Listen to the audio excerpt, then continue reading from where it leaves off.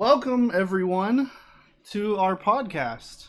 Yeah, welcome. We unfortunately didn't get any comments on the name for our last episode, but I think I found one. Let me know what you guys think.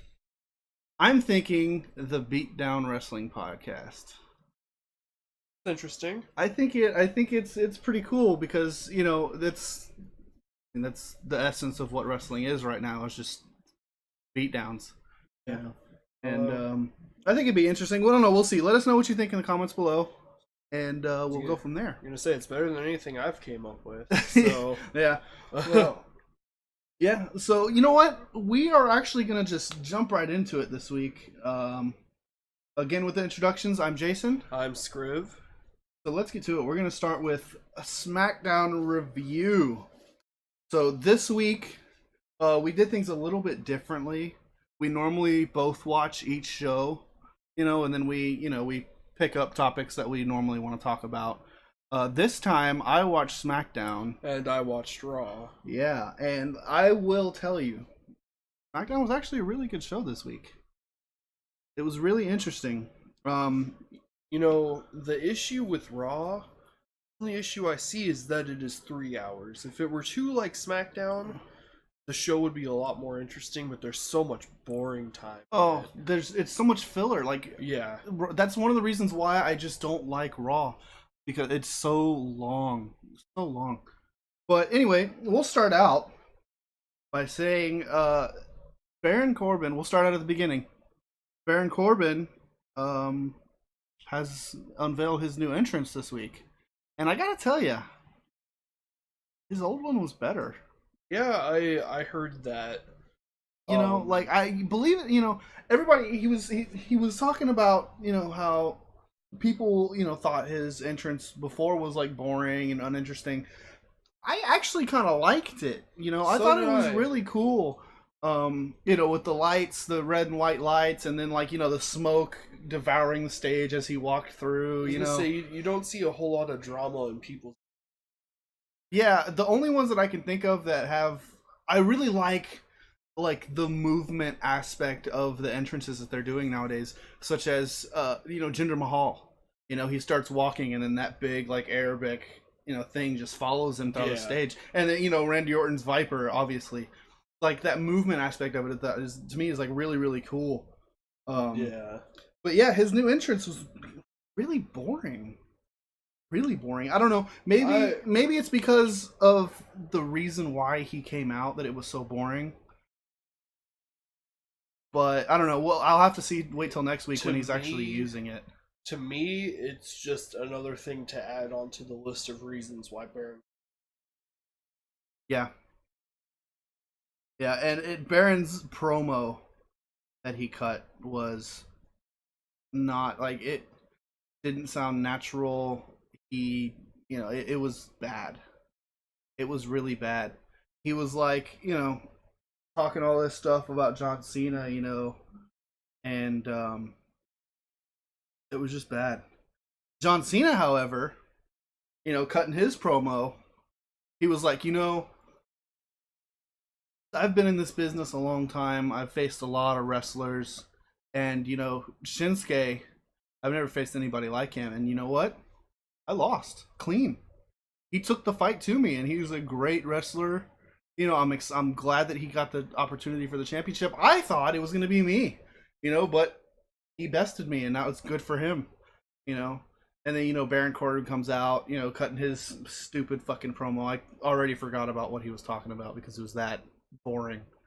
But John was came out in between the rings, to talk to Baron, and as they were in Canada. Yeah. Baron Corbin got a dumpster fire chant. Yeah, Canada was brutal on the superstars this week. Yeah, they were, and John was like, in my years of being in this business, I've never heard anyone get a dumpster fire chant. And it was so funny. And John later posted on Instagram a picture of Baron Corbin photoshopped into a dumpster fire, which was actually pretty funny. If you're not following him on Instagram, I'd take a look at that picture. It's pretty funny. Yeah. It just goes to show that Cena is going to bury Baron Corbin at SummerSlam. Do you think so? Yes. Yeah. Full conviction. Straight up Vince McMahon smiling, Cena wins, LOL. Yeah, I could see it, but And yeah, then- Corbin and John Cena have been confirmed for SummerSlam. And it's gonna be... I hate seeing boring John Cena matches because I've seen amazing John Cena matches within the last year. Last week, Yeah. even. So, him and Corbin, I'm like, Corbin has ruined almost every rivalry he has been in. Yeah. He's gonna ruin this one. He already has. The match is gonna be terrible. Yeah, I already know. Yeah, it's gonna be a dumpster fire. The fact that he's the Money in the Bank winner right now and not, Sami Zayn or something, Yeah. it's a shame. Speaking of Sami Zayn, I don't know how this happened, but the Usos had a match with Ty Dillinger and Sami Zayn. I believe the Usos won that match. I don't remember. They did. Yeah, they did. Yeah, I heard about that. Yeah, they did. I kind of zoned out, throughout that match. When I heard about that, at first I thought what I imagine a lot of people to think. Sami Zayn is an elite singles wrestler. He should be wrestling other elite singles wrestlers, not teaming with Ty Dillinger to face the Usos. Yeah. But I'm like, if you don't have shit for them, make them a tag team. They'd work. Yeah. They're both over with the crowd. Yeah. I mean, they're still to this day, even though Ty Dillinger has seen basically no TV time in the last, 3 to 5 months now? It's been a while and it hasn't been much TV time, even since he first got called up. Yeah, but the crowd still does 10 chance. Yeah. There's still... Ty Dillinger is one of those cases where, for the moment, because the fans will turn on you instantly, drop of a dime. Yeah. But for now, they seem to be like, we're gonna keep cheering for him until you push him. Yeah. And it's more than likely, I hate to say it, it might have the Zack Ryder effect. Yeah. Where he just gets buried by the company to the point where the fans are like, why are we even bothering? Yeah, why even bother? But the interesting thing about that match was Ty Dillinger, he lost, he got submitted by, I think it was Jimmy. Jimmy submitted him. Probably with Jimmy's Tequila Sunrise. Yeah. But yeah, Ty Dillinger got submitted.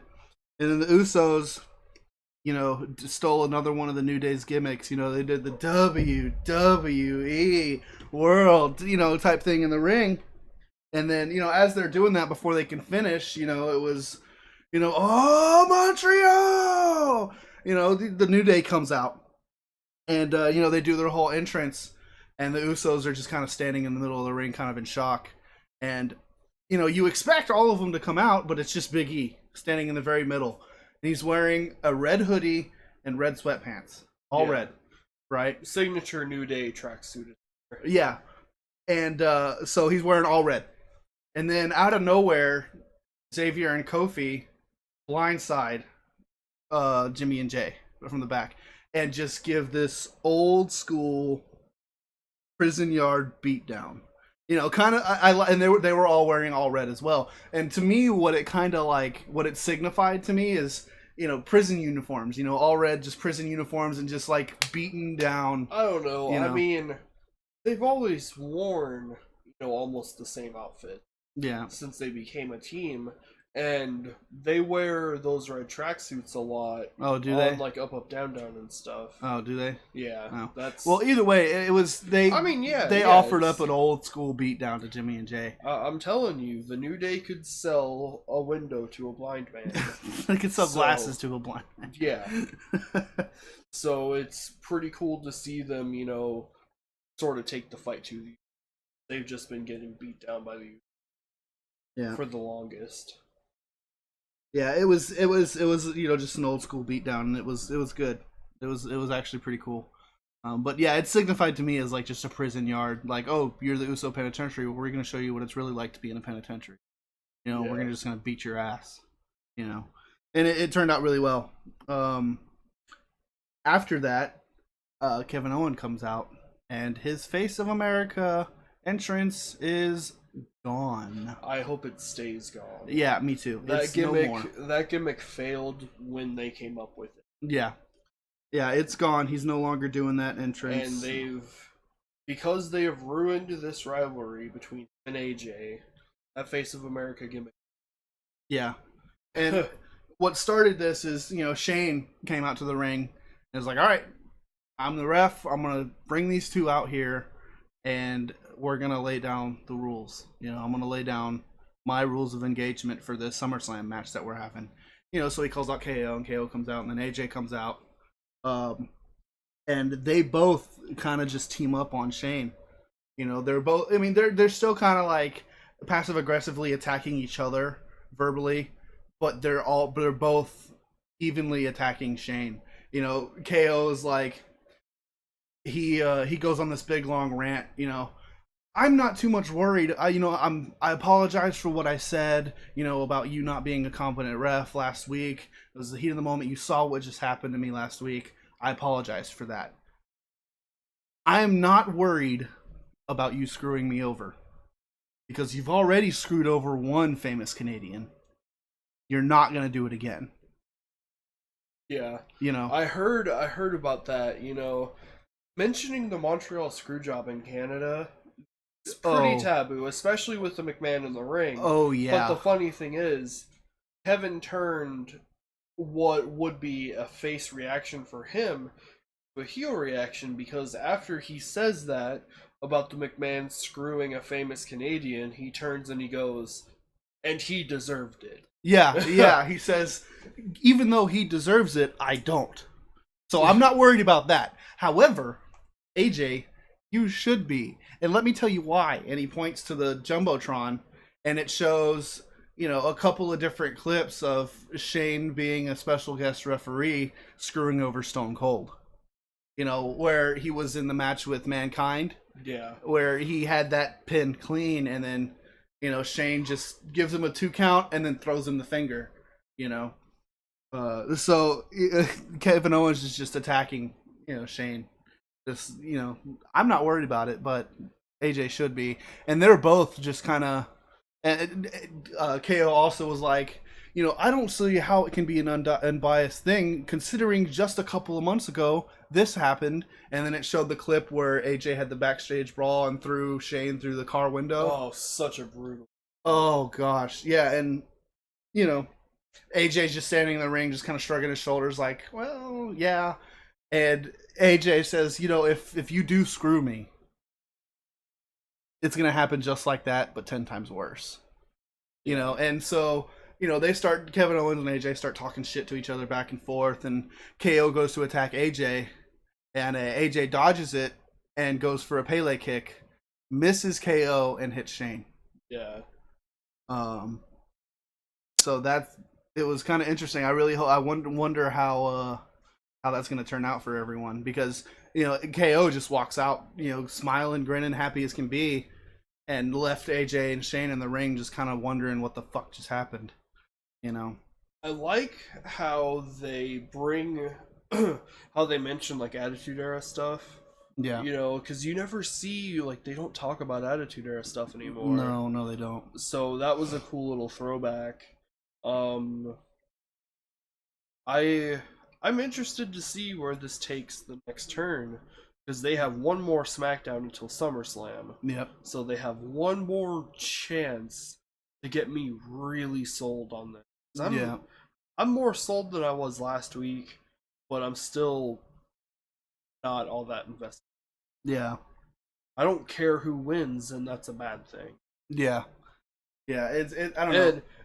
Like, AJ Styles is my favorite wrestler. Yeah, one of mine too. So, number 2. To just not care if he wins or loses a match, I don't like to feel like that. It takes a lot. It takes a lot for somebody like you. It takes a lot, and I don't like to feel like that. Yeah. They had, because you should care every single time AJ Styles is in that ring, whether or not he wins or loses. Yeah, especially with somebody who like KO, who's both really really talented wrestlers, really good at their craft, and there's just no substance behind it, Yeah. But surprisingly enough, SmackDown this week had 2 women's matches that weren't multi-women matches. Thank goodness. And they were both pretty good. That's a stark contrast to what happened on Raw. Yeah, the Charlotte Lana match was bad, but it was good in its own kind of way, because essentially all it was just Charlotte playing with like a cat playing with like a toy mouse. Yeah. It was entertaining to watch because Lana is just going 110% all out trying to do this, and Charlotte's just kind of dancing around, doing her thing, having a little fun, and it really shows how weak Lana is. Yeah. And it was it was enjoyable to watch, just let Charlotte have a little bit of fun. I'm ready for this whole Lana experiment.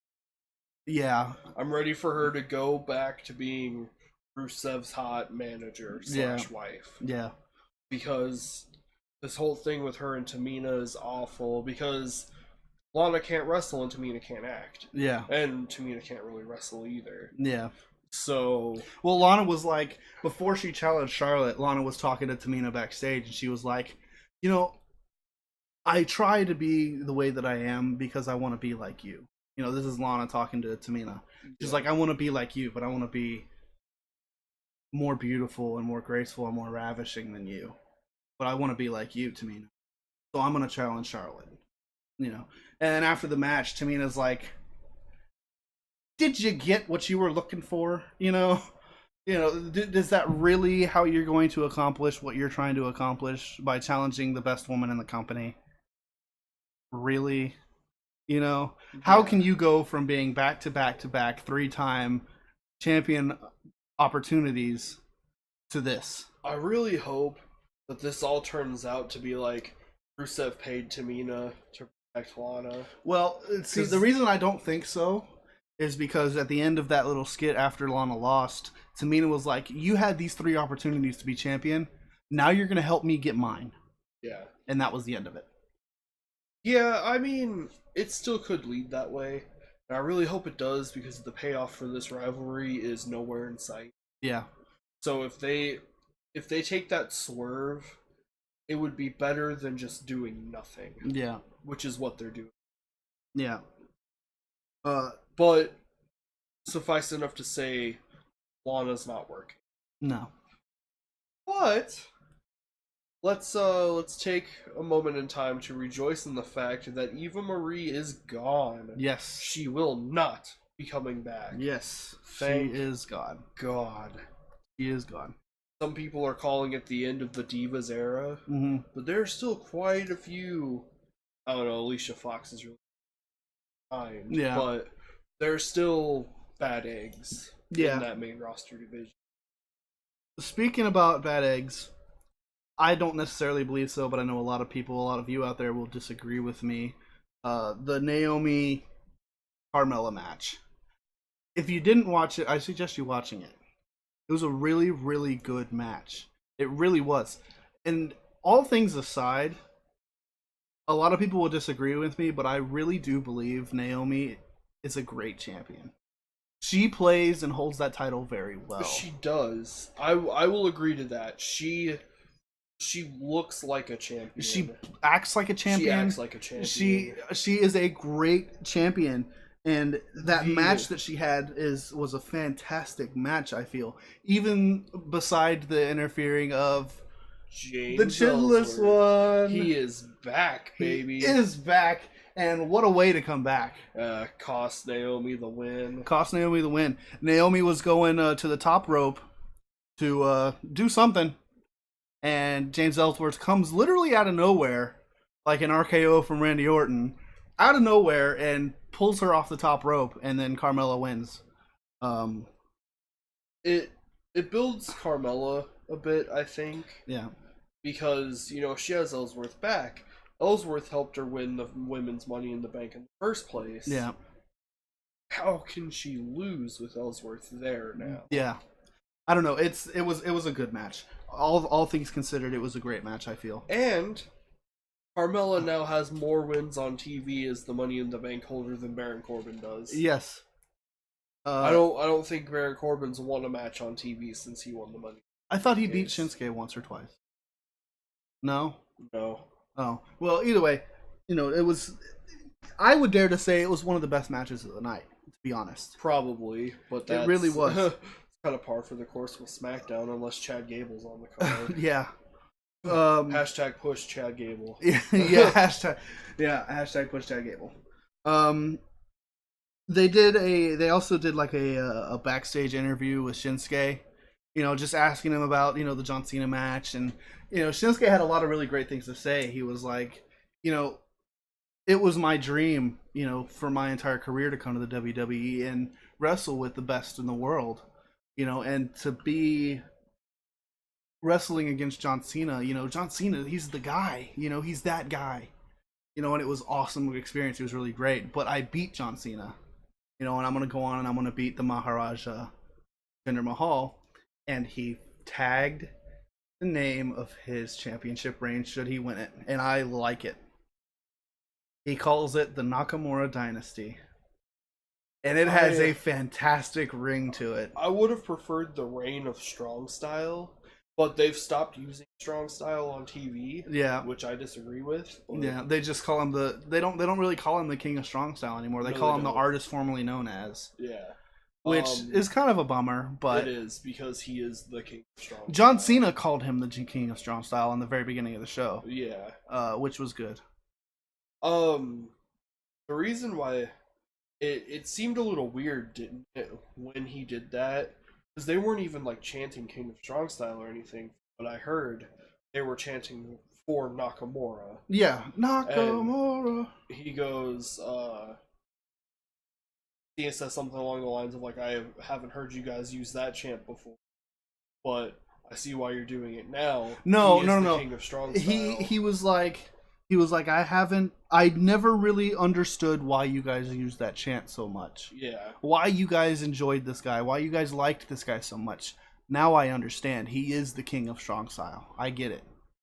Kind of just, saying, what? The hype that he's gotten that I didn't believe, he's earned it. I understand why he has so much hype now because he's a badass. Yeah. But yeah, he tagged his championship reign. Should he win it, the Nakamura Dynasty, and it just sounds fantastic. It does, but still not as good as Reign of Strong. Yeah, but I mean, it would be pretty cool. I'm excited. Or even Era of Strong Style. Yeah.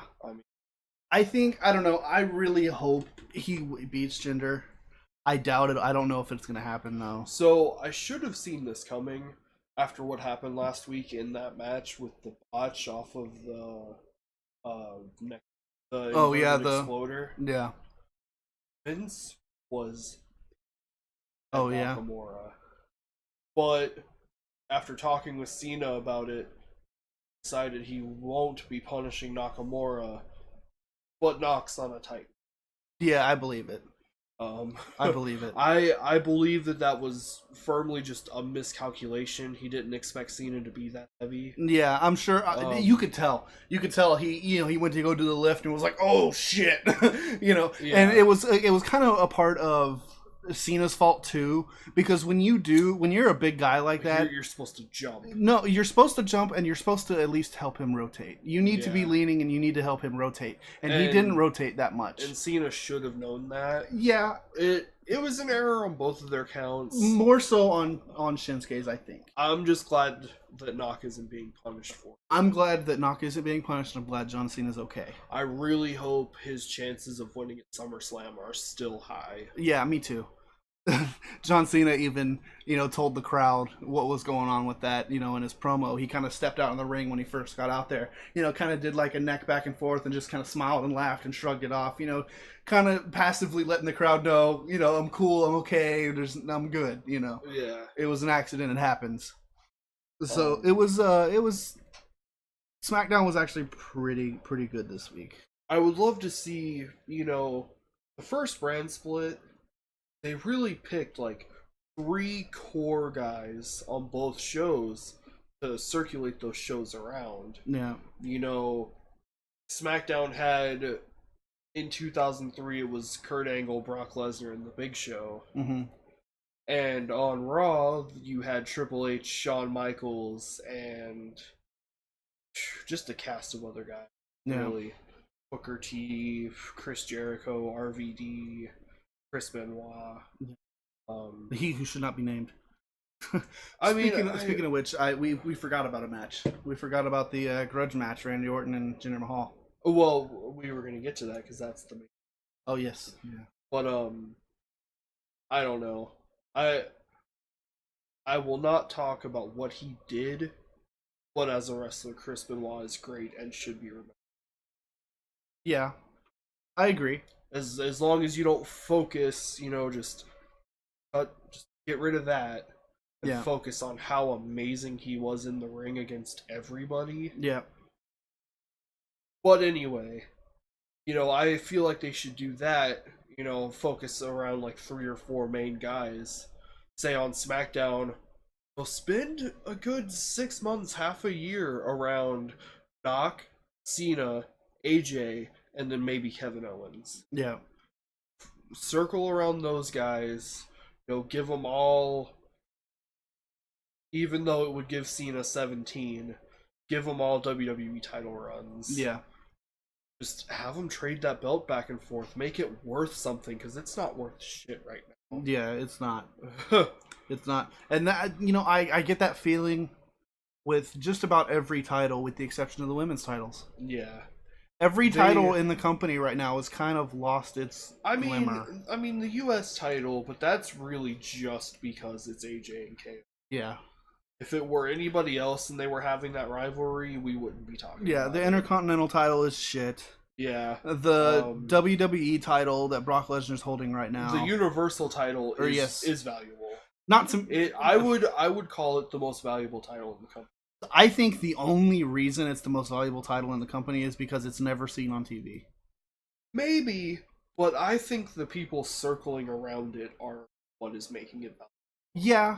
Because you have the 4 biggest guys in the company. Yeah. Oh, I mean, just by body size alone. Yeah. But they're also the top 4 guys on Raw. Yeah, so Raw is doing right now what you think SmackDown should be doing. Yes. I can agree with that. Just change people in and out. We don't need to have all these long rivalries that end up boring. Yeah. Speaking of long rivalries that end up boring, we'll go to the main event of Randy Orton and Jinder Mahal. Jinder. No, this wasn't a rivalry match. It was just a grudge match. And my question is, why? Honestly, I think it was just filler. They was like, well, we don't really have anything planned for this week. Let's throw in a main event. I mean, it's like... Let's put the champion on TV for no apparent reason. Of all the people you had backstage that did not have matches that week that you could have thrown in there with Jinder, Randy Orton, really? I'm kind of okay with that. We just watched them wrestle for the last 4 months in terrible matches. Yes, however, all of those matches had interferences of some kind. I mean, I guess so, but... This one did not, and that's what made it awesome. Awesome in its own way. Awesome for Randy Orton. Bad for Jinder, because Randy Orton completely dominated that whole match. He literally did all of the work. Jinder did absolutely none of it.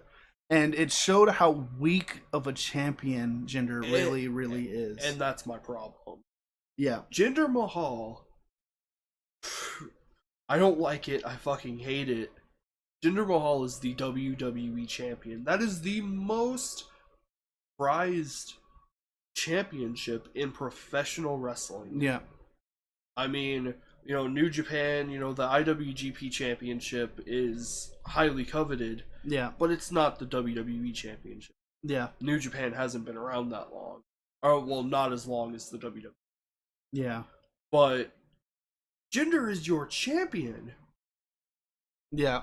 Why make him look weak? Why, Randy Orton's not in the title picture anymore. He's out of it. I think what they're trying to do with Jinder is they understand that he is a weak wrestler, and they are trying to off-screen push him to step it up. And Maybe. it's like, listen, we're going to have wrestlers beat the living shit out of you on national television until you step up. I mean, You're not going to lose your title, but you're going to look bad while holding it. And if you don't want that, step up. That's certainly one way to do it. But at the same time, that damages your company. Yeah, it does. It damages your company to put a shitty guy who can't act and can't wrestle as your top champion. Yeah. That's to what begin hurts, with. That's what hurts your company originally. Yeah. It hurts your company even more so now to say he cannot win a match unless his two lackeys are there with him. Yep. But in Jinder's defense, it is Randy Orton. You're right. But it is Randy Orton. And I am a firm believer that if you hold that title, you are elite. Yeah, you should be the best in the company. Yeah. And Jinder wasn't. They put him in that position for no reason other than try to sell tickets in India. Yeah. Which is ridiculous because they only go to India once a year. Yeah. They need to focus on their central crowd. Their American crowd. Yeah. That sells the majority of their shows. To be honest with you, when it comes to the WWE right now, I could give a shit edgewise who the fuck is champion. What they need to work on right now is their fucking creative process. Because it's horrible. Well, yeah. The prime example of that is them putting the belt on Jinder. Yep. Like, what direction are you going in? Where, you have 3 shark cage matches in, like, less than a year. You know what? I don't want to see another shark cage match in my life. You know, I would like to see another sexy pinata. The only way I want to see another shark cage match is if it is Chris Jericho in the shark cage. Yeah. And they give him a hot mic. Yeah. So let him tell a story from 30 fucking feet in the air. So, speaking of a shark cage match, we'll go ahead and switch over to Raw. Yeah. Where you are now the expert. Yes, I am. So, Raw opens up with Michael Cole. Oh, you know what? We forgot about something. We forgot about the Fashion Files from SmackDown. Yeah. The Fashion Files, the Fashion Peaks skit. Now, this Fashion Peaks episode 2. Yeah, this skit was really, really entertaining. It starts out where Tyler Breeze is sitting at a desk with, the Ascension on the other side of the desk. There's like donuts and like a pie in the middle of the table, right? And Breeze is talking to the Ascension. He was like, man, I had a really, really crazy dream about you guys.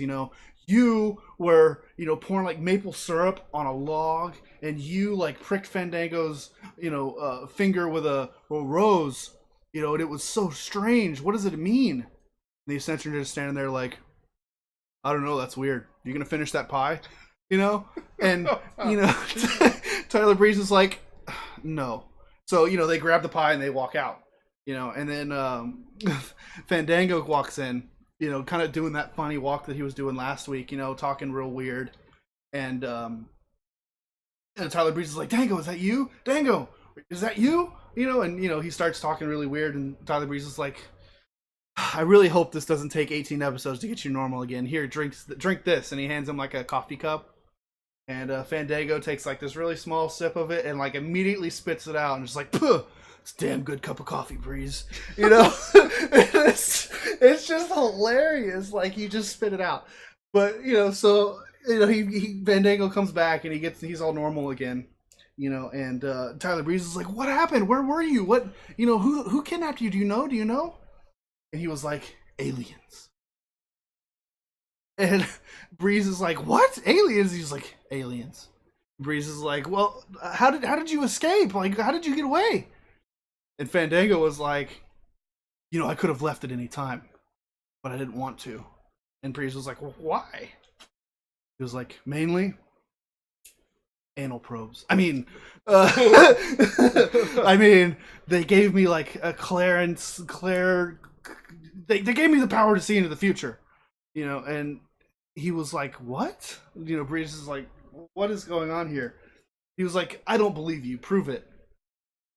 And so Fandango like touches his temple, and he's like, the next person to come through that door was the one that killed what was the stuffed horse's name? Starts with an A. Can't remember. I can't remember, but anyway, he's like, whoever walks through that door next is gonna be the one to that killed the horse, and they look at the door and you hear like footsteps, and you see like through a glass window like a figure, and it almost looks like Eric Rowan in his jumpsuit, almost. And then it walks through the door, and it's the guy who played the enforcer on TV. Yeah, it's Arn Anderson. Yeah, Arn Anderson. And he is all pissed off. He was like, you're damn right I did it. You should have named him Arn, Oh, that was it. Yeah. The horse's name is Tully. Tully, yes. Yeah, after Tully Blanchard. Yeah, that's right. right. Four Horsemen. Yeah. But yeah, you should have named it Arn. And then he walks off. And he was like, oh, yeah. And I'm taking 2 of these. And he grabs 2 donuts and just walks off. And they're just both standing there like, what just happened? And that was the end of it. It was so funny and entertaining. Like, if you watch anything from SmackDown this week, watch that bit. It was great. It was great. It just goes to show, Breezango really should be in the title. Well, what it really shows more than anything is stupid little things like that they used to do back in the day. Yeah. Still work and should still be used. Yeah. I don't know anybody that's not enjoying those little skits. And they're so stupid and they're so goofy. You have to be able to let the guys cut loose. Yeah. Like there's a guy, I think his name's Toru Yano in New Japan. Mm-hmm. He is Kazuchika Okada's little lackey. Mm-hmm. And he has a coward person. Like, he had a match with Bullet Club's Tama Tonga in the G1. Yeah. Runs away from him. Spends, like, the entire match running. And rips off one of the turnbuckle pads and hits him over the head with it. It was a hilariously fun little match. And we need comic relief characters. Yeah, and we really do. Like, Santino Marella, probably the best comic relief character I ever saw. Yeah. He could make anything funny, and we need more guys like that. And I love what Breeze is doing. Yeah, I'd really like it too. I thought it was really stupid and lame at first, but the longer it's been going on, it's welcome. It is. Well, the thing that made it stupid and lame at first was that it was completely scripted. Yeah. And now I feel like they're letting them kind of go. Vince has a little more trust in them now. Yeah. So he's letting them kind of do their own thing. I mean, Road Dogg, head of SmackDown's creative, is still overseeing it. Yeah. But they'll ask him if they can do certain things, and he'll be like, yeah, go for it. Yeah. And it makes the segments funnier when they're allowed to for themselves. But anyway, we'll go back over to Raw now. I completely forgot about that, and I'm glad I remembered. So, Raw opens with Cole and Corey Graves talking about the Last Man Standing match that's the main event between Braun Strowman and Roman Reigns, which was amazing, by the way, but we'll get to that later. Cuts down to the ring. Miz, Maurice, and the Miztourage are in the ring for Miz TV. Okay. Miz calls out Jason Jordan. He's like, I want to finish what we started last week. I want Jason Jordan to get his ass down into this ring right now. And then Kurt Angle's music hits. Mm-hmm. He's like, oh, I'm sorry that you won't be getting your guest here tonight, Miz, because Jason Jordan needs time to prepare for his match against Curtis Axel later tonight. What? Yeah. Jason Jordan versus Curtis Axel confirmed for later on. Oh my god. He's like, but I have an alternative guest that I believe you will find to be a lot better company. And Brock's music hits. Yeah. Out comes Brock and Paul Heyman. Brock gets a huge pop from the Canadian crowd. Oh yeah. Because they're, Brock lives in Canada now. Oh yeah, that's right. He does. He has all that land out in Saskatchewan. Yep. Because nobody's there. Yeah. Brock likes his privacy. But anyway, gets a huge pop from the crowd, and Paul Heyman goes to speak, and Miz is like, Paul, when my hand goes up, your mouth goes shut. And Paul's like, I'm fine, and he just tosses his mic. Miz goes off on this long tangent, essentially explaining what we already went over last week about Brock's chances in the Fatal 4-Way, how if Brock loses, he's leaving WWE. Yeah. He calls The Miz calls Brock Lesnar hot rubbish. Yeah. He's like, and this hot rubbish is going to leave, thank goodness. Oh boy. And essentially tells Paul Heyman that he should jump on the ship of Braun Strowman, or Samoa Joe while he has the chance. And Which I can partly agree with. Miz is like, is there anything you'd like to add to this, Mr. Advocate? Paul reaches down, picks up his mic. He's like, Miz, do you and Maurice enjoy roleplay? And at first everybody's like, what the fuck? And he's like, I happen to really, really enjoy the roleplay. So, let's do a little bit of roleplay here. Looks at Miz, he points at him, he's like, alright, you are Roman Reigns. Points at Bo Dallas. And you look like you're ready to fight. You're standing there with your fist clenched and everything. You are Samoa Joe. Looks at Curtis Axel, he's like, you have your chest puffed out and everything, you have your big beard. You are Braun Strowman. And my client, Brock Lesnar, now offers to you a little preview of SummerSlam. As Paul gets out of the ring, Brock just lunges forward and clotheslines the shit out of the Miz. Yeah. No. No, he Germaned him. He clotheslined Bo Dallas and Curtis Axel, and then Germaned the Miz. That's right. Yeah. But it was just a savage beat. Oh yeah, like a 1v3. Everybody gets a German and an F5. Yeah. It was just insane, and that's the stuff I love to see with Brock. Yeah. I love to see him kicking. Yeah, well, I mean, you would see it more if he would be on TV more. True, and that's what a lot of people are bitter about, but I'm the type of person, I don't feel like Brock needs all the time. I don't know.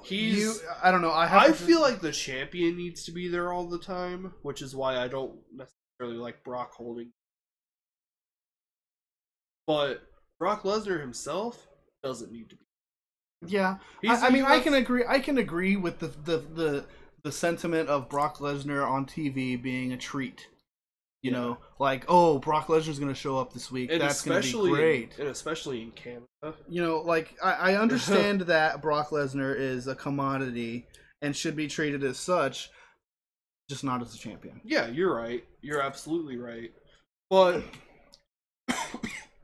all signs still point to Brock losing at SummerSlam. Yeah, and I'm gonna be glad. I'm ready to see a new champion. Another update in the potential Brock Lesnar John Jones fight. John Jones has said he is strongly considering buying himself a front row ticket. Oh yeah, that would be great to see. I think it would be cool because all he has to do is get his agent to call somebody. He'll be given a free ticket. Oh yeah. Hell, they might even bring him in to do something with him. Yeah. Like, I don't know. There's a world of possibilities there because Vince likes UFC fighters now. Yeah, apparently with the 4 horsemen of the UFC. Yeah, but we'll talk about that a little bit later, maybe. Yeah. SummerSlam, the last 2 matches are going to be really exciting. Yeah. Especially the main event. That Fatal 4-Way, it's going to be the best match. I already know. Yeah. It's going to be the best. So from what I saw, Raw, like really for the rest of the night, wasn't really that interesting. it wasn't all that good. The opening segment and the main event were the best 2 spots. Yeah. Just gonna cover things. I've forgotten some stuff. Yeah. Because it was kind of a forgettable Raw. Yeah, I believe But I'm gonna go over some things. First off, Bailey came out. Her shoulder still bandaged up, pretty heavy. She announced that she won't be competing at SummerSlam. She got booed by the crowd. Bailey? Yeah. Really? She got booed pretty heavy by the crowd. That's really interesting. I mean, because she's super babyface. Yeah, normally people wouldn't care about a babyface throwing themselves a pity party in the ring. But I don't know. You know, Canadians tend to be a little ahead of the curve. Yeah, they're brutal. Yeah, they are brutal, and they seem to sense where things are going a little bit better than Americans do. So, I don't know. Maybe they're trying to say, make Bailey a heel. Maybe they're trying to say, the way you're booking her sucks. Maybe they've lost faith in Bailey. Yeah. I don't know. All I know is that it was really surprising. Yeah, that is surprising. And then they announced that on Raw, there would be 2 triple threat women's matches. And the winner of those 2 matches will face each other next week. And the winner of that match will face Alexa Bliss at SummerSlam. I'm so sick of multi-women matches. I think it's a good thing for them to do it on Raw. Because where SmackDown, you know, all of the women are getting spotlighted. Yeah. On Raw, none of the women are getting. Yeah, you got a point there, I guess. So it was really good to see, you know, like Emma, Mickie James. Yeah. It was good to see them on Raw finally again. Yeah. Because when Mickie James like re-debuted, she got a huge push on SmackDown. She got a huge push and a huge pop too. And I was really had she stayed on SmackDown, she probably would have had a women's championship run. Yeah, and I was really excited to watch Mickie James because I remember back in the day, you know. And then she came over to Raw, and they have nothing for her now. Yeah. It really sucks. Yep. I feel like they should have kept her with Alexa Bliss for longer. Because Alexa Bliss is a heat magnet. Oh, yeah. She generates heat. Everything she does. Not only because that ass is fire, but, you know. She's perfect. I'm going to say this right now, you know, in case somebody shows it to Alexa Bliss or something. She is perfection and is my favorite woman on the roster. I love her character. She's not a bad wrestler either. She's a great wrestler. Yeah, she is. She's a great wrestler. She is great for the character that she portrays. Yeah. And I'm gonna go ahead and assume this is leading to Sasha and Alexa Bliss at SummerSlam. Yeah. I hope it doesn't end in a shitty way like the last. Yeah. Yeah. So Bailey predicts that Sasha will win. As usual. And then they start the first match, which was Sasha Banks, Emma, and Alicia Fox. Really good match. Sasha picked up the win. She had Alicia Fox in the bank statement. And then Emma pulled her off and went for a roll-up. Sasha Banks rolled out of that, put Emma in the bank statement. Emma ended up tapping. Yeah. Later on in the night, you had Nia Jax against Mickie James and Dana Brooke, and that was really just Nia Jax murdering. Yeah, I mean, anytime Nia Jax is in the ring, you pretty much know what's going to happen. Unless she's facing, you know, Sasha Banks or Bailey. Yeah. Nia won. Obviously. I didn't. So next week it will be Sasha Banks and Nia. Winner of that will face Alexa Bliss at SummerSlam. I have a feeling it's going to be Nia. Because IRL, Nia and Alexa Bliss are very, very close friends. Oh yeah, they're best friends. Yeah, and so I can see them, you know, wanting to face each other. Yeah. Because they already have a really good rapport. I think their wrestling will be really interesting. But at the same time, it also makes sense. Sasha smallest girl on the roster versus biggest girl on the roster. Sasha Banks and Alexa also have so much heat. Like this hasn't been confirmed by either of them, But I hear they don't like each other in real life. Yeah. I wouldn't. That. I wouldn't disagree with that. I wouldn't, fight that. But they also generate a lot of heat against each other in promos and stuff. Yeah. And their first match at Great Balls of Fire, despite the crappy ending, was pretty damn good. Yeah, I don't know. I can Alexa see doing that double jointed trick. Yeah, like she snapped her arm. Yeah, that was vicious. I loved it. Yeah, I don't know. I can see where they're going with it. Smallest person versus biggest person. Yeah, I don't want to see Nia Jax's women's champion. Believe it or not, I don't think she would be. I don't feel like that would help. I don't think I don't think it would happen anyway. Because Alexa Bliss is too good of a champion to give it up to Nia Jax. But I don't think they want to give it to Sasha either. No, they don't. So I'm predicting Alexa Bliss. Yeah, no matter how it goes. I already thought she would retain again. Yeah. But you never know. They might do one of those rare swerves that they hate to do. So. Seth Rollins faced Sheamus. Sheamus won off of a roll-up. Oh, yeah, okay. It was Seth Rollins and Sheamus and Dean Ambrose and Cesaro. Yeah. Okay. But, Sheamus go to attack Seth. Dean Ambrose doesn't come out. Yeah. Seth's walking backstage after a commercial break. Dean walks up to him. He goes, you make me look like a real jerk now. 'Cause I told you I wasn't coming out there, and you still had to get yourself attacked. You make me look like a real jerk. And Seth is like, you know what? You are a real jerk. It's been 3 years since what happened. Yeah. You need to get over it. Yeah. I'm sitting here trying to prove myself to you, and I don't appreciate you spitting in my face every chance. Yeah. He's like, you know what? Maybe you would understand it a little better if you were the one that got stabbed. He's got a point. Yeah, he does. But at the same time, I have to agree with Seth. Get over it. Yeah. Yeah, anyway, but that's also coming from a fan of the Shield. Yeah. Who will do anything it takes to get them to be back together again. I'm just tired of boring old Dean Ambrose. Yeah. And this is something new. Yeah. Later on, something that'll be really good for Dean too. Yeah. Because I love Dean. I love his character. I love his style. I think he's a great personality and really good for the company. But he needs somebody to kind of carry him for a little bit. Yeah. I've always leaned more towards Seth, and then maybe even more Roman Reigns over Dean. Yeah, well, no, I've always known Seth and Roman Reigns are better than Dean.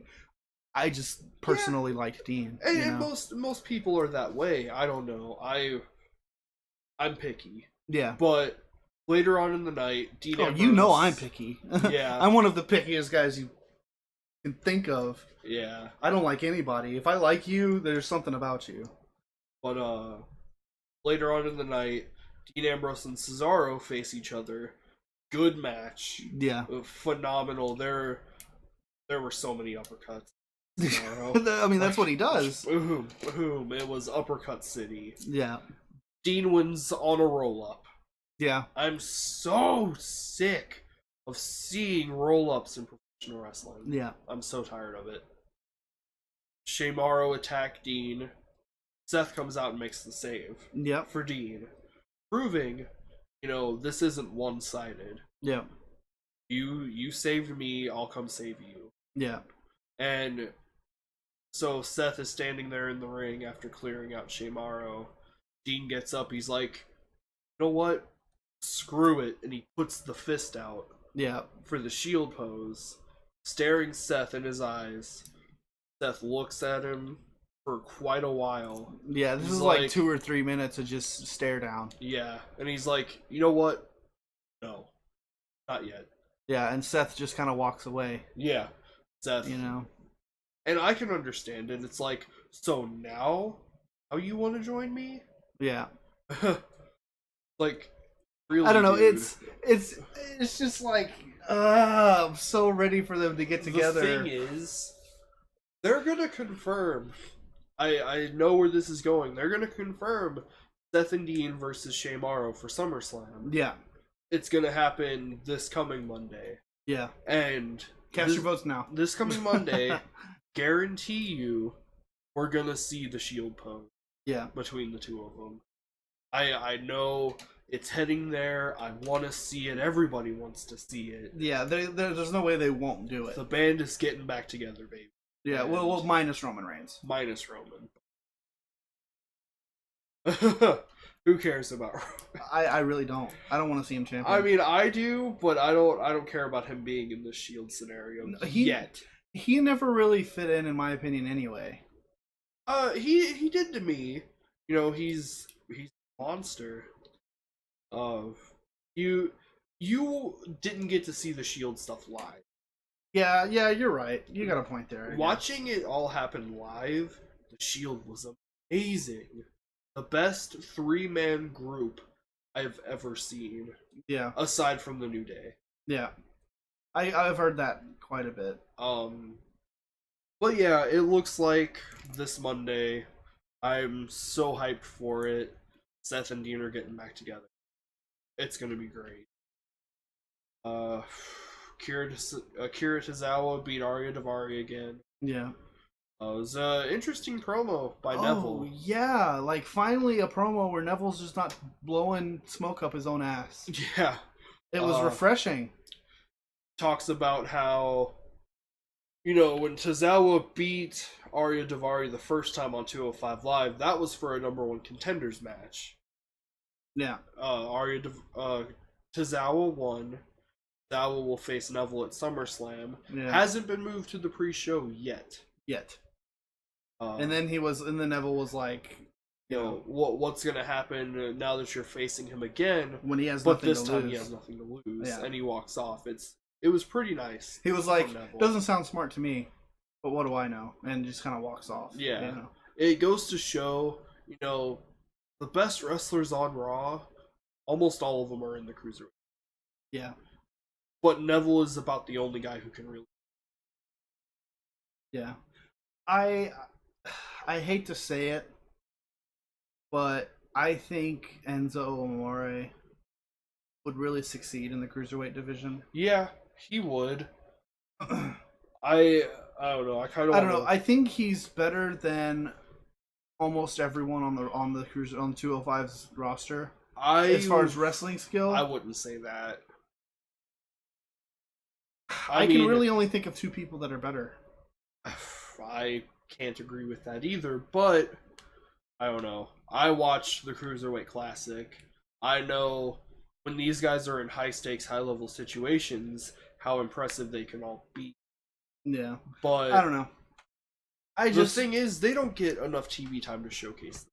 Yeah, I don't know. You would think within 3 hours of Raw, they would be able to give the Cruiserweights longer run times, but Vince McMahon's not interested. Yeah. Which is sad. Really good, hungry guys. Yeah.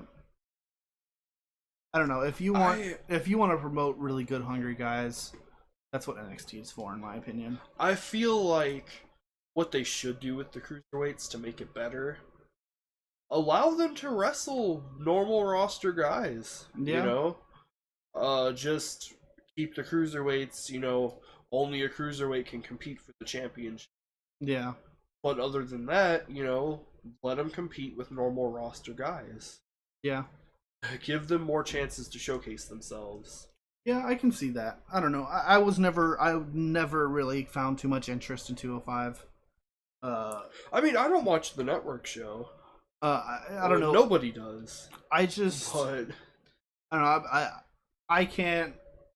I agree with the fact that Neville is the greatest cruiserweight there, but I would like to see him tested. I don't think, honestly, that Enzo can test him in the ring. No, I don't think so either. But anyway, again, looks like Arya Daivari versus Neville at SummerSlam. Yeah. Not on the pre-show yet. Akira Tozawa. Oh yeah, Akira Tozawa. Because they both start with A's. Yeah. Uh, anyway, what else happened? Oh yeah. So Jason Jordan comes out to the ring. He got the shit booed out of him. Oh, did he really? Yeah. Damn. But he's getting booed everywhere, so you can't just be like, "Oh, those damn Canadians." Yeah. He's getting booed everywhere. That's a bummer. They cut to the back. Curtis Axel's sitting on a trainer's bed. The trainer talking with Kurt Angle, and the trainer's like, "I can't send him out there in this condition." Yeah. Because he got his ass beat by Brock Lesnar. So Kurt's like, "Shit, he's already out in the ring. What am I gonna do?" Takes 5 steps. And he runs into a jobber warming up backstage. Yeah. Like, literally 5 steps.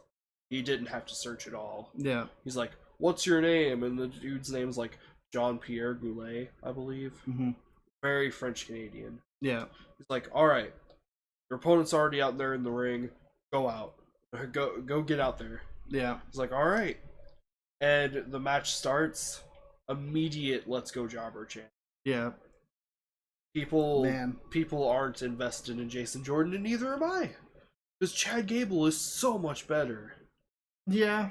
Chad Gable is... He could have made this work.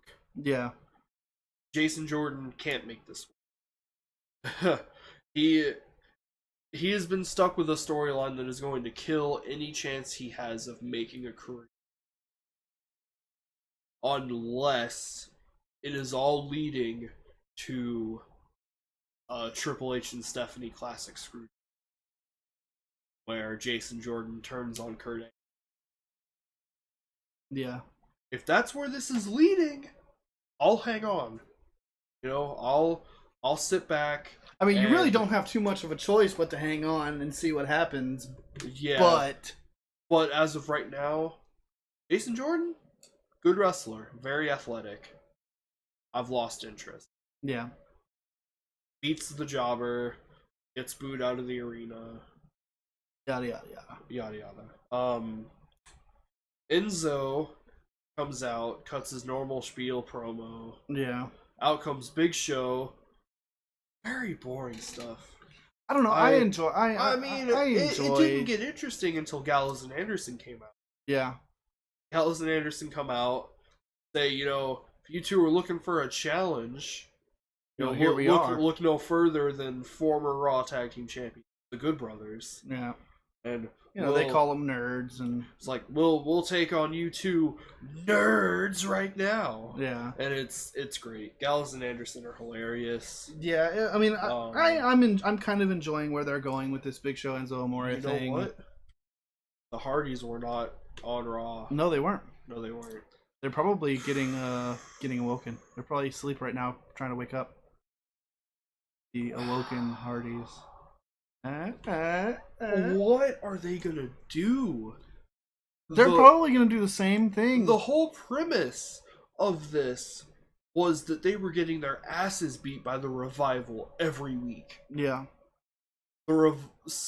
Scott Dawson is injured now. Fuck the Revival. He tore a muscle in his shoulder, I believe, or no, his bicep. Yeah. He tore a muscle in he tore his bicep. Yeah. Had surgery. He's going to be out until November or December. What is left for the Hardys on Raw in the tag team division? Probably nothing. Gallows and Anderson are faces. Yeah. What are they going to have? A match on the SummerSlam pre-show? I don't think they're going to have a match on SummerSlam. Which is a damn shame.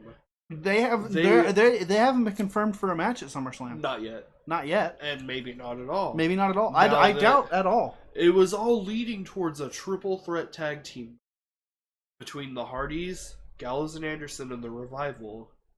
That's scrapped now. Yeah. Because the Revival are on the shelf until probably December. Yeah, and Gallows and Anderson are now locked in a rivalry with Enzo and Big Show. No. Well, not locked. But I building heat for one. I think that was a one-off. You think so? Yeah, because Cass came out. Oh, yeah, true. So, anyway, that interaction between Big Show and Enzo and Gallows and Anderson leads to a tag match. I didn't pay much attention to the match itself. as funny as Gallows and Anderson are on the mic, they're kind of boring in the ring. Yeah, I believe they lost.